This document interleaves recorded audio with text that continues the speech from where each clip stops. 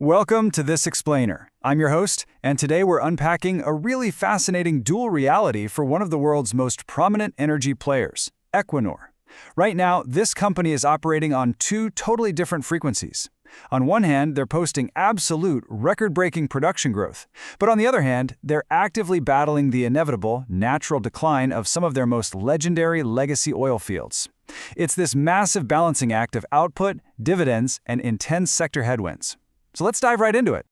Here is our roadmap for the explainer today. First up, record oil and gas output. Second, steady shareholder returns. Third, the Sverdrup decline. Fourth, fast-tracking new discoveries. And finally, navigating geopolitics and the energy transition. Let's get started. All right, Section 1, record oil and gas output. 2.3 million barrels of oil equivalent per day. Just let that number sink in for a second.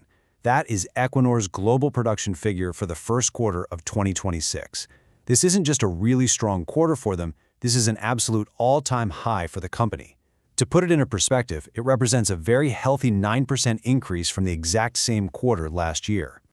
Now, you might be wondering, what's driving this massive surge? Well, a huge driver for this all-time high is their aggressive North American expansion. Equinor currently has over $15 billion tied up in active and proposed projects across the U.S. and Canada. That massive investment pushed their U.S. production alone to a record 449,000 barrels of oil equivalent per day. And this is heavily driven by truly monumental projects, like the Sparta deepwater development down in the Gulf of Mexico, which features a floating production unit with a capacity of 100,000 barrels a day. Plus, looking slightly further north, they're also pushing forward the proposed Bay du Nord deepwater project in Canada, and that one holds a massive potential of 160,000 barrels per day. Moving right along to Section 2, steady shareholder returns. So what does all this production mean for investors? Well, it translates to a really robust 4.6% dividend yield. For a heavy industry company that's managing massive, multi-billion-dollar capital expenditures, maintaining a yield of 4.6% is a super strong signal of financial health to the market. Looking at the mechanics here, Equinor maintains a highly reliable quarterly payout of 39 cents per share. But the real story isn't just the amount, it's the longevity. They haven't just started doing this, they've successfully paid a dividend for 19 consecutive years. No doubt, it's an absolute cornerstone of their appeal to income-focused investors. But hey, it's not solely about the dividend. Alongside those quarterly payouts, Equinor kicked off a strategic share repurchase program in early 2026. When you combine those stock buybacks with really timely operational wins out in the field, it actively supports their stock price momentum. In fact, recently, the combination of this buyback program and a major oil discovery, which we're going to talk about in just a minute, drove a remarkable 6.1% daily jump in their share price. Okay, Section 3, the Sverdrup decline. This is where things get a bit tricky. We've got a really fascinating contrast at play right here. Equinor is projecting an overall production growth of about 3% for 2026. However, they are simultaneously expecting a decline of more than 10% at their critical Johan Sverdrup field this year. So, how in the world does a company grow overall when its absolute most important asset is shrinking by over 10%? To truly understand why this is such a significant hurdle, we have to look at the sheer scale of the Johan Sverdrup field. Located out in the North Sea, it's Europe's third largest oil field. It boasts a staggering production capacity of 755,000 barrels per day. Historically, this one single field has accounted for almost a third of Norway's total oil production. A third. So, its natural maturation is something executive leadership has to manage incredibly carefully. So, how are they fighting back? To intentionally slow this decline, management is deploying a $1.3 billion strategy known as Phase 3 development. This involves drilling at least 8 new wells with optimized landing zones and retrofitting their existing production systems just to make them way more efficient. The ultimate goal here? They're targeting a 50 million barrel of oil equivalent recovery boost by late 2027. Which brings us to Section 4, fast-tracking new discoveries.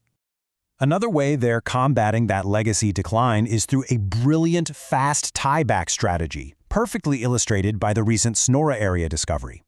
Basically, by discovering new reserves, up to 89 million barrels at the Omega South Alpha prospect, and then utilizing existing subsea facilities nearby, they completely bypass the need for building new infrastructure from scratch.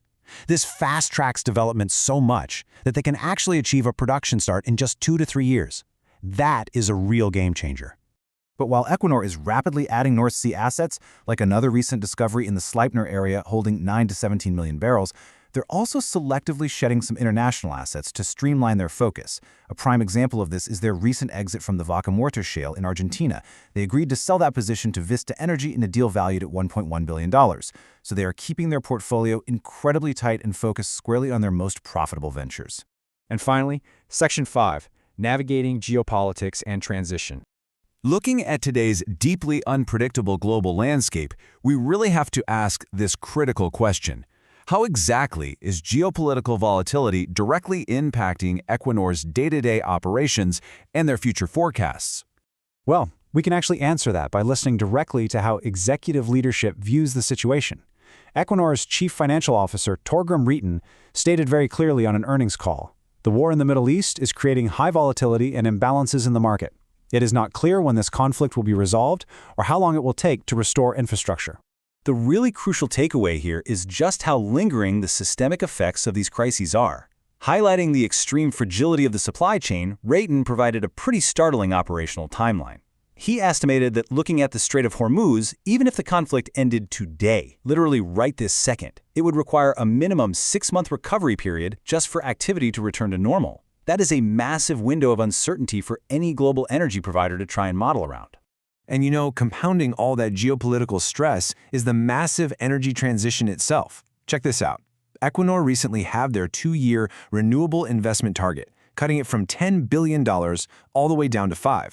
Yet, on the flip side, they remain firmly committed to completing projects that are already in motion, aggressively pushing forward on the Empire Wind Project in New York and the Citrus Flats battery energy storage system down in Texas. So ultimately, it all boils down to this one provocative question to leave you with today. Can Equinor continue to perfectly balance these massive, record-breaking oil and gas cash flows with the inevitable, undeniable pressures of the global energy transition? Watching how they manage these declining legacy fields while simultaneously funding the energy of the future is without a doubt one of the most fascinating business stories unfolding in the world right now. You definitely want to keep an eye on their next moves. Thank you so much for joining me on this explainer, and I will see you next time.